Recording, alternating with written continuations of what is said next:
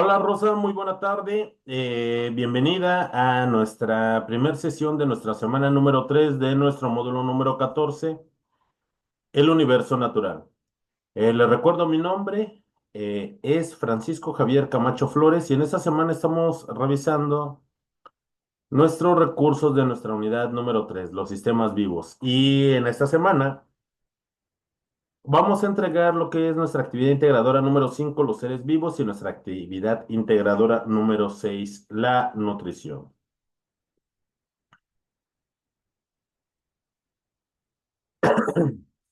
Recuerden, jóvenes, si tienen alguna duda, tomen directamente el audio de esta plataforma Zoom o bien pueden escribir por medio del chat de esta plataforma. Se está generando un video el cual se subirá a la plataforma de YouTube, donde ustedes pueden indicar aquí las dudas que se les presenten en la sección de comentarios. Lo más importante es que nosotros sigamos las normas de comunicación virtual. ¿Cuáles son los aprendizajes esperados de esta semana? Vamos a aprender sobre la relación entre la materia y la energía y las características que hacen diferente a la materia inerte de los organismos vivos. Exploraremos cuáles son los procesos vitales que tienen los seres vivos y cómo es su nutrición. También es importante reflexionar cómo es que todos los organismos vivos están relacionados en sistemas biológicos complejos. Parte de nuestro propósito formativo de este módulo número 14, considero que a estas alturas nos debe de quedar claro y todavía vamos a conocer más de ciencias experimentales en este módulo número 14, como lo es ecología, como lo es bioquímica, incluso aspectos relacionados con biología celular y nutrición.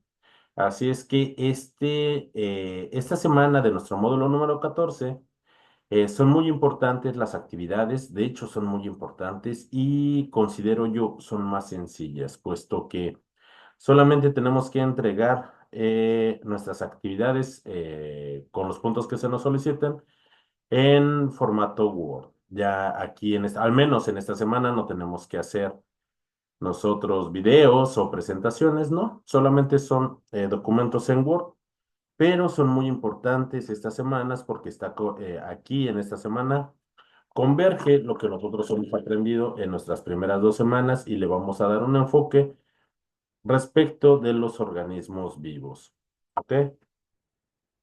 Antes de iniciar con nuestra explicación breve acerca de nuestra actividad integradora, los seres vivos, Rosa, Noemí, ¿tienen alguna duda en particular respecto de las actividades de esta semana? Buenas noches, asesor Francisco. No, yo apenas el día de hoy perdón, el día de hoy empecé a revisar recursos. Ahorita todavía no inicio la actividad. Ok, No bueno. tengo ningún. Bueno, espero que surjan muchísimas dudas o al menos que surjan dudas durante nuestra sesión del día de hoy. Bueno, mientras empiezan a surgir esas dudas, vamos a dar una breve explicación acerca de lo que nosotros necesitamos para nuestra actividad integradora número 5. Y aquí nos daremos cuenta de lo importante que es relacionar los conocimientos que hemos adquirido y que estamos adquiriendo también en esta semana respecto de nuestro entorno natural, respecto de nosotros mismos o de esos organismos que se encuentran alrededor nuestro. Organismos vivos, pero también aprenderemos a reconocer aquellos que no están vivos. ¿Cuál es el propósito de nuestra actividad integradora número 5? Es comprender las características de los seres vivos, sus procesos vitales, su clasificación. Y algo muy importante también que existen otros tipos de organismos. Para ello vamos a dar algunas explicaciones puntuales. ¿Qué es lo que nosotros necesitamos? Necesitamos conocer las características de los seres vivos, comprender los procesos vitales y también identificar la existencia de organismos unicelulares. ¿Qué es lo que vamos a entregar? Únicamente vamos a entregar un documento en formato Word. Para nuestra actividad integradora número 5 es importante que ésta lleve una portada con nuestros datos de identificación. Para nuestra actividad integradora 6 no nos están solicitando implícitamente que lleve una carátula, pero es importante que todos sus documentos lleven una carátula. ¿Por qué? Porque hace más profesionales todas las actividades que nosotros estamos enviando a la plataforma. ¿Ok? ¿Qué es lo que nosotros necesitamos para nuestra actividad 5? Vamos a hacer una portada que contenga nuestros datos de identificación y el título de nuestro documento. Después nosotros vamos a crear una tabla en la cual vamos a describir con nuestras propias palabras esas 8 características fundamentales que tienen todos los seres vivos. Vamos a buscar una imagen en internet que vaya acorde a esa característica que nosotros estamos describiendo. Y algo importante, esa descripción tiene que ser con nuestras propias palabras. Tiene que ser breve, precisa y concisa. Vamos a describir en un párrafo de 8 a 10 renglones acerca de los procesos vitales y su relación. Vamos a elaborar un cuadro en el cual vamos a enlistar 5 características de los organismos unicelulares y 5 características de los organismos pluricelulares. Vamos a mencionar un organismo unicelular y un organismo pluricelular que se utilicen en la industria farmacéutica. Vamos a investigar, jóvenes, y vamos a agregar 2 ejemplos de sus usos en la medicina. Vamos a escribir una conclusión de media cuartilla en la cual vamos a explicar con nuestras propias palabras y con base en lo que realizamos nosotros en la actividad, la importancia del método, del conocimiento científico, perdón, en el estudio de los seres vivos. Una vez que nosotros terminemos nuestro documento, lo vamos a guardar con la siguiente nomenclatura: nuestros apellidos, guión bajo, nuestro nombre y la clave de esta actividad, que es M14, S3, AI5. Bueno, ¿cuáles son esas características o propiedades de la vida? Desde un diminuto microorganismo, desde una pequeña bacteria hasta un enorme elefante o un árbol, todos los organismos vivos tenemos 8 características en común. ¿Los organismos vivos pueden tener más características? Por supuesto que sí. Pero entre todos los organismos, ya sean plantas, ya sean hongos, protozoarios, organismos unicelulares como las bacterias, animales, todos compartimos 8 características comunes entre todos. Una de ellas es la estructura. Todos los seres vivos están altamente organizados, tienen partes especializadas y coordinadas. El nivel de organización en un organismo vivo es bastante compleja. Eh, o la unidad fundamental de un ser vivo es una célula. Y existen organismos que a partir de una célula son organismos independientes y completamente funcionales. Se les llama organismos unicelulares. Aquellos que están formados por 2 o más células se les conoce como organismos pluricelulares y son verdaderamente más complejos. Los organismos vivos también tienen un metabolismo. ¿A qué nos referimos con ese metabolismo? El metabolismo es un conjunto de reacciones químicas que en un organismo vivo le vamos a llamar reacciones biológicas. ¿Y para qué sirven este conjunto de reacciones en los organismos vivos? Estas reacciones las clasificamos de acuerdo a la función que tienen. Por ejemplo, las reacciones que nos permiten producir energía a partir de los nutrientes que nosotros consumimos en los alimentos, le vamos a llamar esa parte del metabolismo, le vamos a llamar catabolismo. Entonces, estas reacciones catabólicas me permiten obtener energía a partir de los nutrientes. La otra parte del metabolismo le vamos a llamar anabolismo. Y aquí, a partir de esa energía que ya se creó en el catabolismo y además de esas moléculas que ya se encuentran preformadas, los organismos vivos toman estructuras químicas para el crecimiento y desarrollo, para ese mantenimiento celular. A esto es a lo que se le conoce como anabolismo, que es una parte muy importante del metabolismo. Los seres vivos presentan lo que es una homeostasis. La homeostasis es la capacidad que tiene un organismo para regular su ambiente interno. ¿Y para qué se regula el ambiente interno? Para que todas esas reacciones biológicas se lleven a cabo de una forma ordenada y organizada. Si no se puede mantener estos procesos homeostáticos, entonces los organismos vivos entran en un desequilibrio y puede ser bastante riesgoso. Por ejemplo, ahora que en gran parte de nuestro país es invierno, generalmente utilizamos ropa abrigadora, utilizamos suéteres, chamarras. ¿Para qué? Para mantener nuestro cuerpo caliente.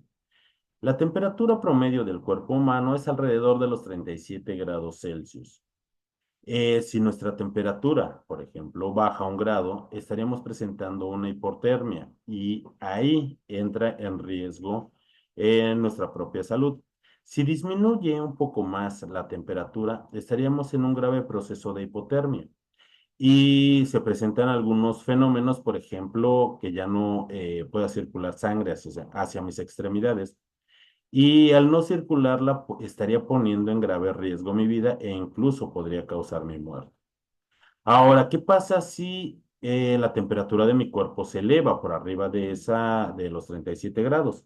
Pues estaría empezando a presentar una febrícula, me empezaría a sentir mareado, eh, mm, mis articulaciones me empezarían a doler. Si mi temperatura aumentara todavía otro grado más, entonces ya estaría presentando una fiebre. eh, Empezaría a presentar dolor, debilidad, mareos. Si mi temperatura sigue aumentando, estaría poniendo en grave riesgo mi vida. Con ello empezaría a presentar deshidrataciones, incluso alucinaciones y convulsiones. Un aumento de temperatura incluso me podría llevar a la muerte.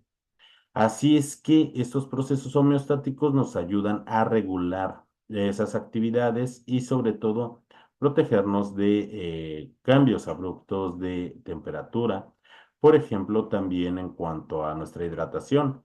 Si yo me deshidrato, estaría poniendo en grave riesgo mi vida. ¿Por qué? Porque esa agua que estoy perdiendo es indispensable para mis actividades biológicas. Entonces, la homeostasis me permite regular todo ese ambiente interno, no solo respecto a la temperatura, también a la concentración de sales, a los procesos osmóticos. Son diferentes procesos que es importante que se encuentren en equilibrio para que se lleven a cabo esos procesos metabólicos. Por eso la homeostasis es muy importante. Los seres vivos también experimentan lo que es un crecimiento regulado. Nuestras células empiezan a crecer, aumentan de tamaño y empieza un proceso de división celular. Incluso para esos organismos que constan de una sola célula, también pasan por un proceso de crecimiento antes de o que conlleva a lo que es un proceso de división celular. Los seres vivos presentan ese crecimiento regulado y normal durante las etapas de nuestra vida. Los seres vivos jóvenes también se reproducen. Los tipos de reproducción son muy importantes. Existen y lo clasificamos en dos tipos. Lo que es una reproducción sexual y una reproducción asexual. La reproducción asexual, jóvenes, no se necesitan dos organismos parentales, es decir, no se necesitan dos organismos como un padre y una madre. No, únicamente a partir de un organismo, por ejemplo, un proceso que ocurre comúnmente en todas las bacterias, es que empieza un crecimiento de la célula se divide en dos y cuando se logra esta división celular, bueno, a partir de una célula madre, a lo que se le llama, se obtienen dos células hijas. No confundamos este término de células madre con lo que es los procesos de división celular durante la gestación. ¿Ok? Existe otro tipo de reproducción que es una reproducción sexual. Aquí sí se necesitan dos organismos parentales, es decir, un organismo padre y un organismo madre, en el cual conjuntan por medio de lo que es la fecundación estas células haploides, es decir, células que conllevan la mitad de la información genética. Hay algunos organismos, por ejemplo, como las plantas, que tienen ambos tipos de reproducción, tanto una reproducción sexual como una reproducción asexual. Por ejemplo, muchos de nosotros tal vez hayamos reproducido una planta por medio de estaca o de esqueje. tal vez nos guste mucho un árbol, cortamos una rama de este, la procuramos y a partir de esta rama podría crecer un árbol completamente independiente eh, eh, y desarrollar todas esas fases de crecimiento. Por ejemplo, en el caso de los animales, la mayor parte de los animales, porque existen algunos que no, se reproducen de forma sexual, es decir, se necesitan esos dos organismos parentales. Digo en la mayoría, ¿por qué? Porque existen algunos animales que tienen la capacidad de reproducirse asexualmente. Por ejemplo, las estrellas de mar. Si nosotros, por ejemplo, no, y no quiero decir que lo hagamos, si tuviéramos una estrella de mar y la partiéramos exactamente a la mitad, a partir de estos dos fragmentos podría surgir una nueva estrella de mar de cada uno de estos fragmentos. ¿Ok? Existen algunos otros animales, son pocos los que pueden recurrir a este tipo de reproducción, pero también existe. Los seres vivos también presentan una irritabilidad o respuesta a los estímulos del medio. Por ejemplo, yo en pantalla les pongo, tal vez ustedes tengan una de estas plantitas, que en cuanto la tocan se empiezan a plegar sus foliolos, es decir, sus hojitas. ¿Por qué? Tal vez es un mecanismo evolutivo. Por si se posa una oruga en las ramitas, pues esta no tenga una superficie la cual pueda empezar a devorar. O por ejemplo, tal vez nosotros nos encontremos caminando por la calle y no nos percibimos que del otro lado, tal vez de una cerca, hay un perro que sale ladrándonos y si no estamos, si nos agarra de sorpresa, generalmente brincamos o gritamos o podemos salir corriendo. Ese también es un mecanismo de irritabilidad o respuesta que podemos presentar. Finalmente, los seres vivos se adaptan al medio en el cual se desarrollan. Los seres vivos también se integran dentro de poblaciones, es decir, individuos de la misma especie, y estos se integran dentro de comunidades. En las comunidades, jóvenes conviven con muchísimas otras especies de animales, y cuando así existen condiciones en el medio que obliguen a una especie a adaptarse, bueno, puede surgir lo que es la evolución, ¿ok? Siguiendo o algunos principios respecto de aquellas especies que estén mejor adaptadas, pueden sobrevivir en el medio gracias a este proceso de evolución. Voy a hacer una acotación muy importante y, por ejemplo, ¿qué es lo que pasa con los virus? Los virus no son organismos vivos. Los virus tienen capacidad de reproducirse, sí, efectivamente la tienen, pero para poderse reproducir necesitan infectar a una célula. Los virus no presentan un metabolismo, los virus no presentan una homeostasis. ¿Los virus se pueden adaptar? Sí, sí, sinceramente se pueden adaptar y mutan. Esto no quiere decir una adaptación o una evolución. ¿Ok? Estas 8 características, jóvenes, son comunes a todos los seres vivos. ¿Los seres vivos presentan alguna otra característica o propiedad de la vida? Sí. Por ejemplo, la capacidad de desarrollar sentimientos, como lo puede ser un burro, un oso o el ser humano. Eh, los seres vivos, por ejemplo, pueden desarrollar un lenguaje o una forma de comunicación. Las abejas lo tienen y es una forma de señalización química y física. Las hormigas manejan un lenguaje o una comunicación química. En el caso del ser humano ha desarrollado diferentes tipos de lenguaje, tanto pictográfico como oral o escrito. Estas, si bien son características que tienen los seres vivos, no son comunes a todas ellas, ¿ok? Pero estas 8 que nosotros acabamos de ver son comunes a todas, a todos los organismos vivos. Ahora bien, también es importante que describamos los procesos vitales, y es que todos los seres vivos, sin excepción alguna, realizan una serie de funciones, aunque algunas son particulares respecto del organismo vivo que nosotros estemos describiendo, pero todos los seres vivos tienen estos 5 procesos vitales, lo cual es una reproducción, y como hace un momento explicamos, la reproducción puede ser asexual, cuando solamente se necesita un solo organismo parental, o un organismo padre, un organismo madre, como queramos llamarlo, y a partir de este organismo se pueden obtener dos organismos más. Y lo que es una reproducción sexual, donde a partir de dos organismos parentales que conjugan su información genética por medio de la fecundación, bueno, a partir de esta surge un nuevo ser vivo. Los seres vivos también tienen un proceso de nutrición. Este tipo de nutrición y que nos va a ayudar también a poder entender mejor lo que se nos solicita en nuestra actividad integradora número 6. La nutrición puede ser autótrofa o puede ser heterótrofa. La nutrición autótrofa nos indica que un organismo es capaz de poder producir todo lo que necesita, todos sus nutrientes, para la producción de energía también y también, por supuesto, para su crecimiento, para su estructura y su desarrollo.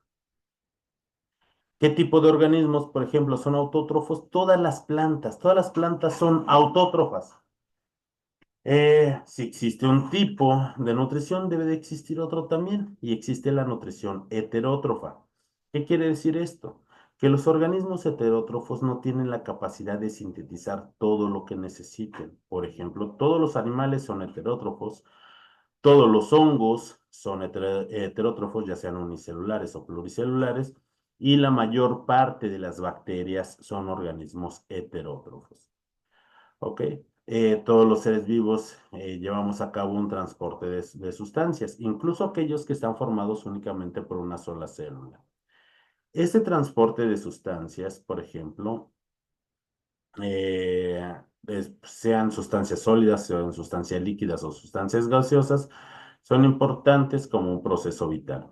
Por ejemplo, el ser humano respira y transporta ese gas donde está contenido el oxígeno para que se pueda transportar a todo nuestro cuerpo, sobre todo a los tejidos y a las células donde se necesitan.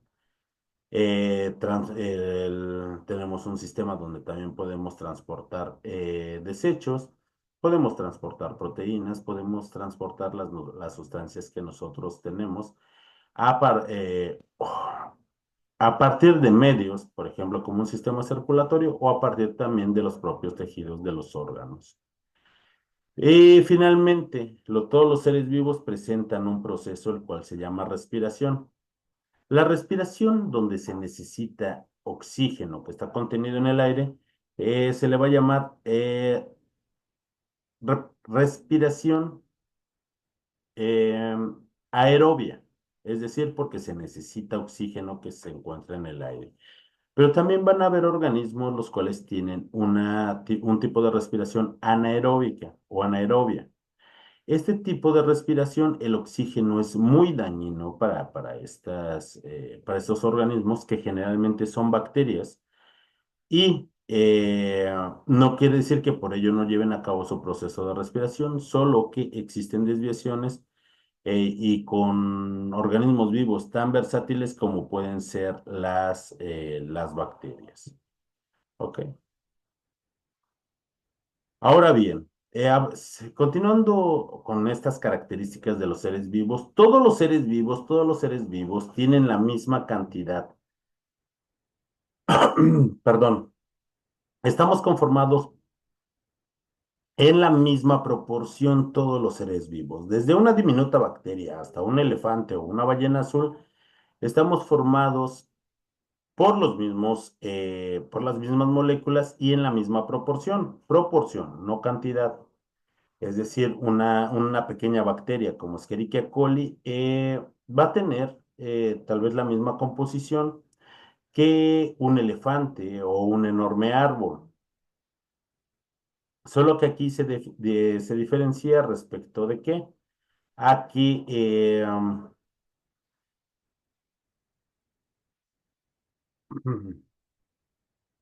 no es la misma cantidad, y eso es evidente, entre un microorganismo como es una bacteria, pero sí en la misma proporción. Y pasa lo mismo con los seres humanos y las plantas y los hongos. Tenemos la misma proporción, más no quiere decir que la misma cantidad. Todos los seres vivos estamos formados principalmente por algo que se le llaman biomoléculas o bioelementos primarios, perdón, como el calcio, el oxígeno, el nitrógeno, el azufre y el fósforo. Y cuando estos elementos reaccionan entre sí mismos y principalmente con carbono e hidrógeno, eh, van a formar biomoléculas. Y las biomoléculas son muy importantes para todos los seres vivos. A partir de estas biomoléculas se sintetizan orgánulos celulares. Los orgánulos celulares van a componer a una célula completamente funcional. Y de aquí que nosotros también clasifiquemos esas biomoléculas con una importancia mucho mayor. Y vamos a caracterizar principalmente estas biomoléculas importantes, características en los seres vivos, como son los carbohidratos, las proteínas, los ácidos nucleicos y también las grasas, que son muy importantes. ¿Ok? Estas son las características que también nos hacen comunes entre todos los seres vivos que encontramos en la naturaleza.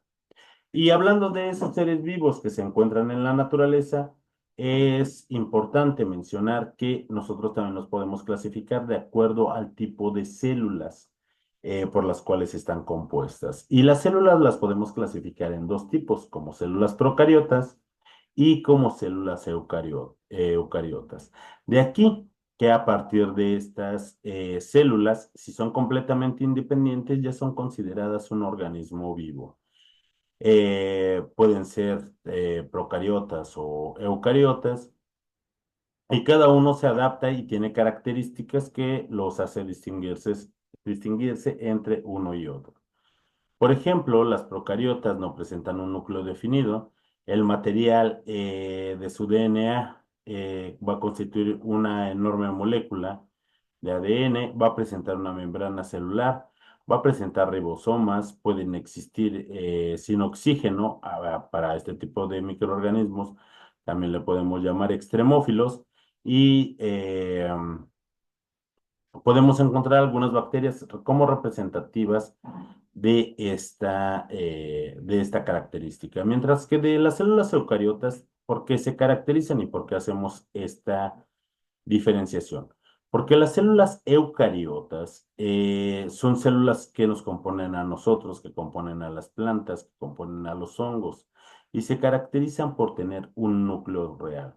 Hablando sobre ese núcleo real, en el núcleo eucariota, aquí se encuentra contenido el material genético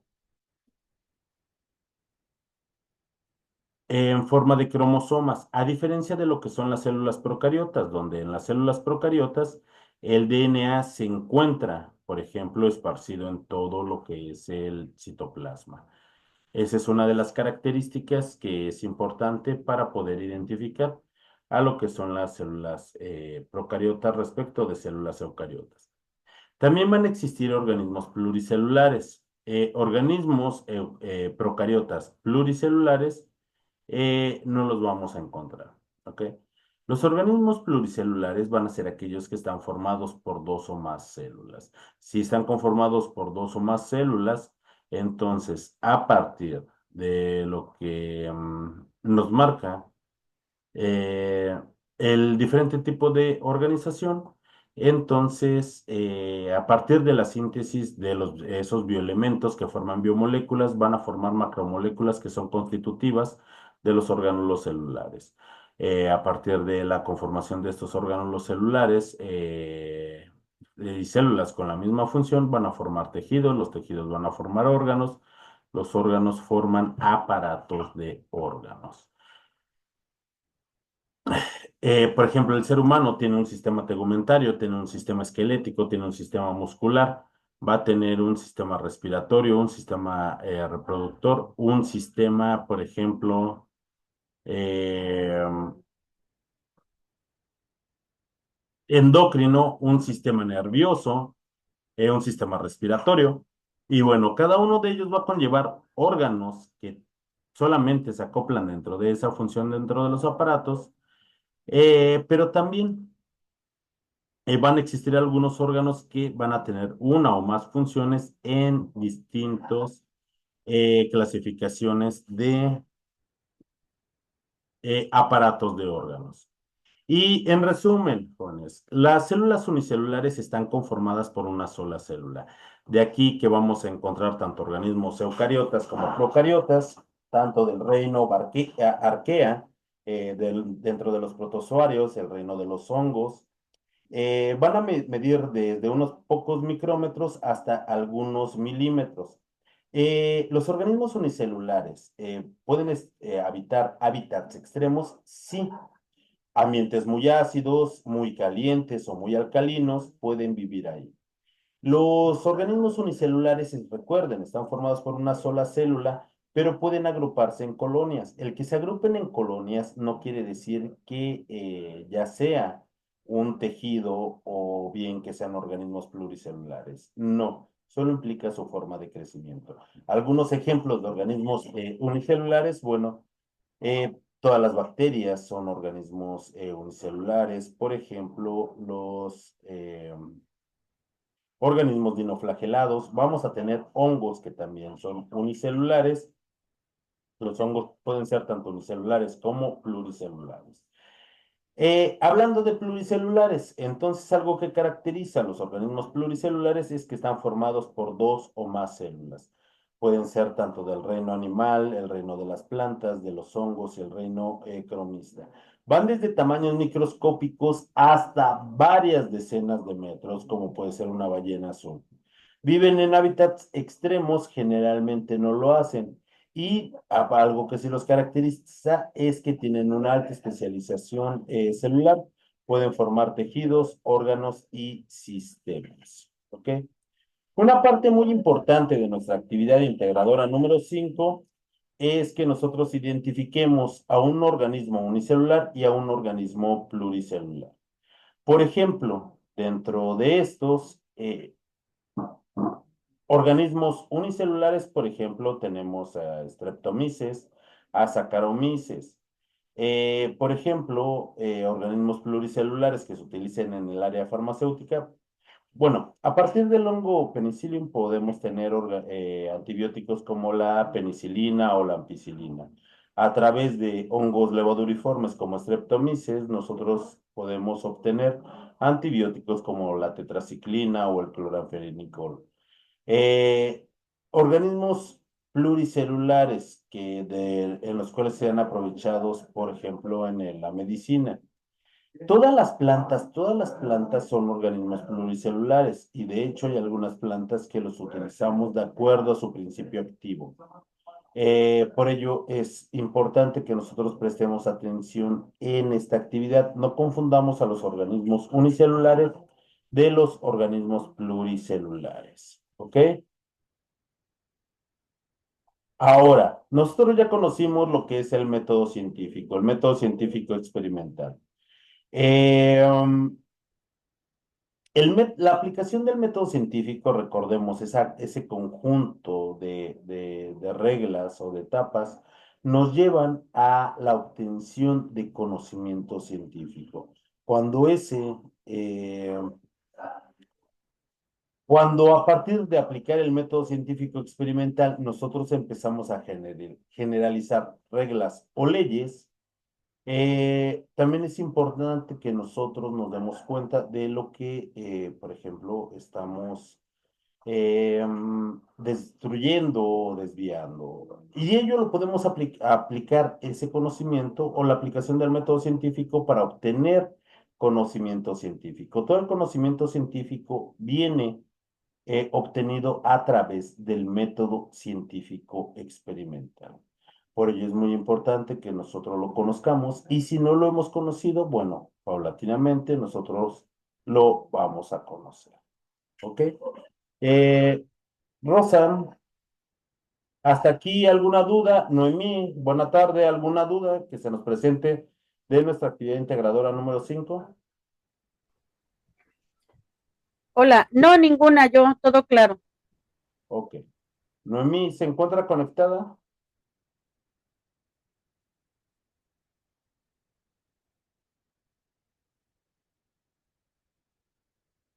Bueno, jóvenes, vamos a continuar con nuestra actividad integradora número 6. Nuestra actividad integradora número 6 es llamada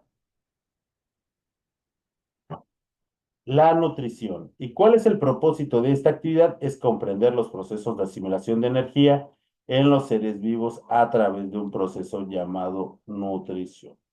Eh, en esta actividad, aunque no se nos exige que nosotros integremos una portada, por favor, realicen una portada para que sea más presentable nuestro trabajo. ¿Ok? ¿Qué es lo que nosotros necesitamos para nuestra actividad integradora número 6? Conocer los procesos de nutrición, saber acerca de los procesos de asimilación de energía, identificar la clasificación de la materia. Vamos a entregar un documento en Word en el cual vamos a integrar los siguientes puntos. Vamos a explicar con nuestras propias palabras en un párrafo de 5 o 8 renglones la diferencia entre los diferentes tipos de nutrición, ya sea una nutrición autótrofa o una nutrición heterótrofa. Vamos a colocar también tres ejemplos de organismos productores, consumidores y descomponedores, de acuerdo a la red trófica. Vamos a describir con nuestras propias palabras la función de las principales cuatro biomoléculas importantes para el organismo y finalmente vamos a explicar con nuestras propias palabras en un párrafo de entre 5 y 8 renglones el papel que tiene el anabolismo y el catabolismo en los procesos de nutrición. ¿Hasta aquí alguna duda? Bueno, nosotros ya hace un momento explicamos lo que eran organismos autótrofos y lo que eran organismos heterótrofos. Los organismos autótrofos, recuerden, son aquellos organismos que tienen la capacidad de sintetizar todo lo que necesitan, mientras que los organismos heterótrofos no. Ahora, a los autótrofos se les conoce como organismos productores. Mientras tanto, por ejemplo, los organismos heterótrofos se les conoce como organismos consumidores, ya que no pueden producir sus propios alimentos, las propias sustancias que se necesitan para ese crecimiento y desarrollo, y es por ello que necesitamos consumir a otros seres vivos. Por ejemplo, el ser humano consume plantas y las plantas son seres vivos, consume otros animales, son seres vivos, e incluso consumimos microorganismos. ¿Qué tipo de metabolismo se presenta principalmente en los organismos autótrofos como las plantas? Inicia un proceso anabólico a partir de moléculas inorgánicas. ¿De dónde obtienen esa energía inicial? Las plantas obtienen la energía a través de la luz del sol o de alguna luz artificial. Es decir, se emplea energía química a través de reacciones oxidativas de elementos inorgánicos. ¿Qué tipo de nutrientes necesita? Necesita nutrientes inorgánicos, dióxido de carbono y vapor de agua, o agua directamente, como en el caso de las plantas. ¿Los organismos autótrofos cuentan con orgánulos especializados? Sí. Por ejemplo, las plantas tienen cloroplastos y este orgánulo celular le permite la captación de energía en su medio ambiente. Por ejemplo, todas las plantas vasculares o no vasculares, es decir, que tienen tallo o sin este, son organismos autótrofos. Algunas bacterias, pero son muy pocas. Por ejemplo, las bacterias nitrificantes y las bacterias que reducen el hierro. ¿Qué pasa con los organismos heterótrofos? Generalmente tienen procesos anabólicos a partir de moléculas orgánicas ya preformadas. A estas moléculas orgánicas ya preformadas, generalmente nosotros las llamamos alimentos.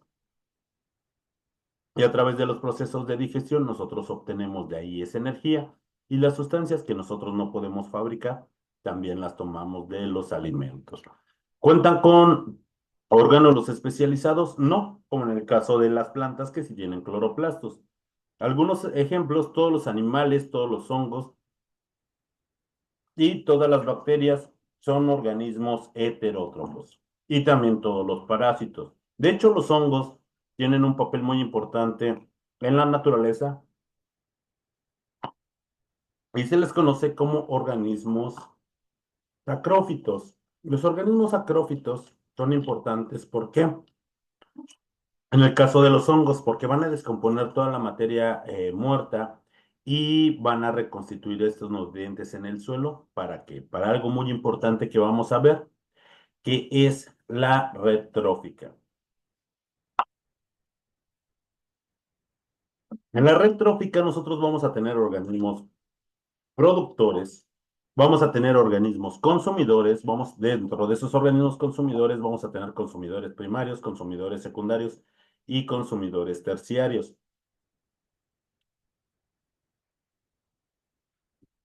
Si nosotros representáramos esta red trófica, o que también la podemos conocer como cadena alimenticia, vemos que en la base, y como de cualquier pirámide, siempre es el área más grande. ¿Por qué? Porque tiene que soportar a los demás niveles.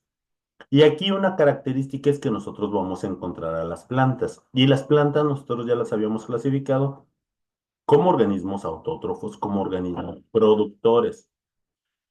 Después nosotros vamos a tener a los consumidores primarios y generalmente son herbívoros, se alimentan directamente de los organismos productores.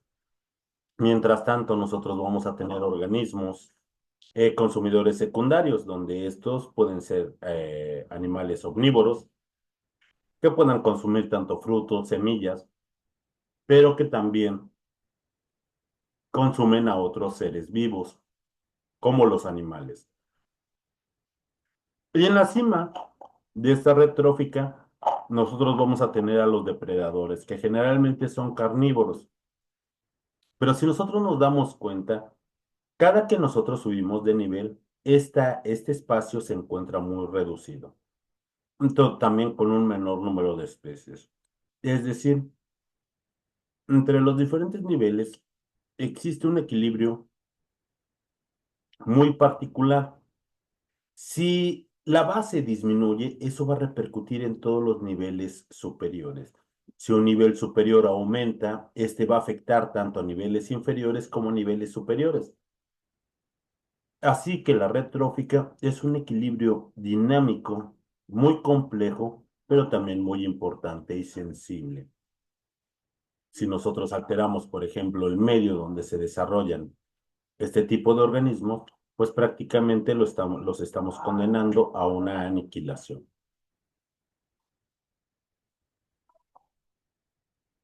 ¿Cómo funciona el proceso de nutrición celular? Los procesos de nutrición celular se llevan a cabo por la digestión de lo que son las biomoléculas. Y en las biomoléculas vamos a tener lo que son carbohidratos, lo que son lípidos, proteínas y ácidos nucleicos. ¿Por qué es importante, por ejemplo, consumir estas sustancias?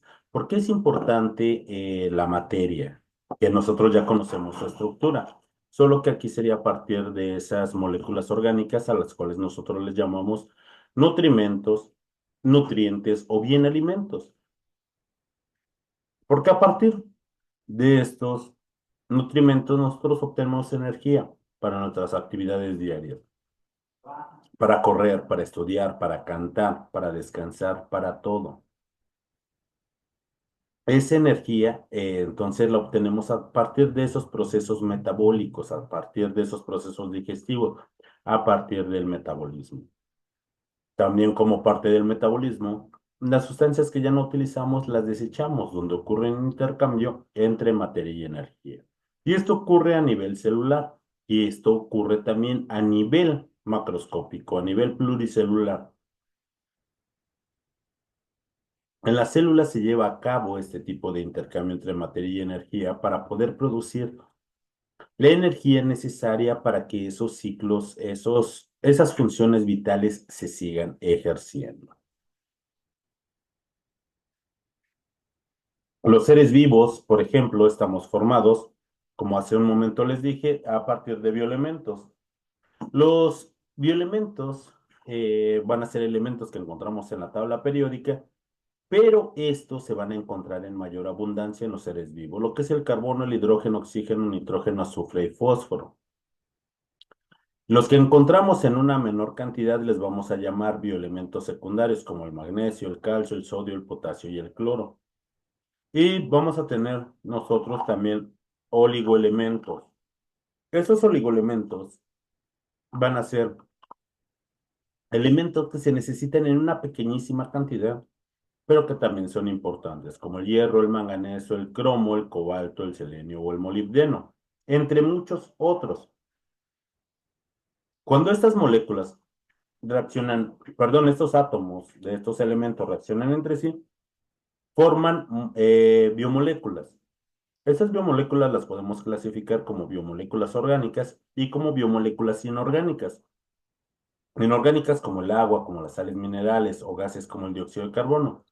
Pero los más importantes y las que constituyen a los organismos vivos son las biomoléculas orgánicas, como los carbohidratos, los lípidos, las proteínas y los ácidos nucleicos. ¿Qué pasa, por ejemplo, con las vitaminas?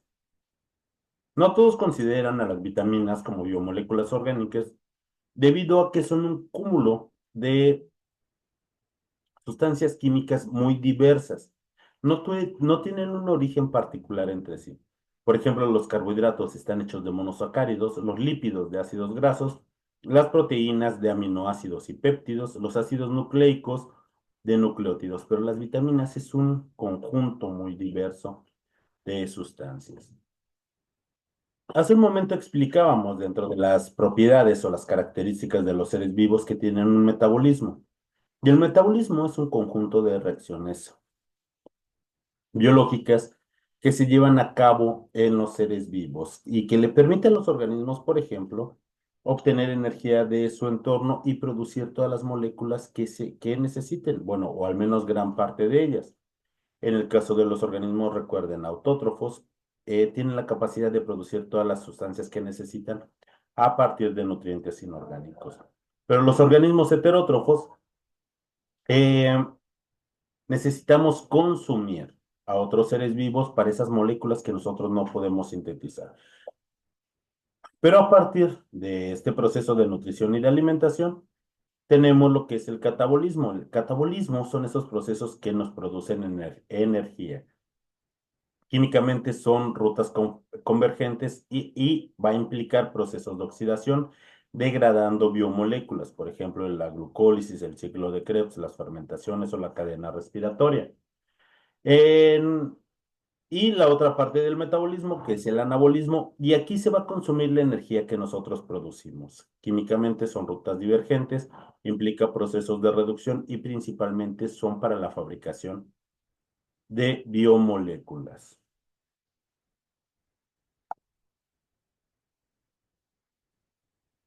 Rosa, Noemí, ¿hasta aquí alguna duda con las actividades de esta semana? Recuerden, son actividades que nosotros vamos a realizar en Word.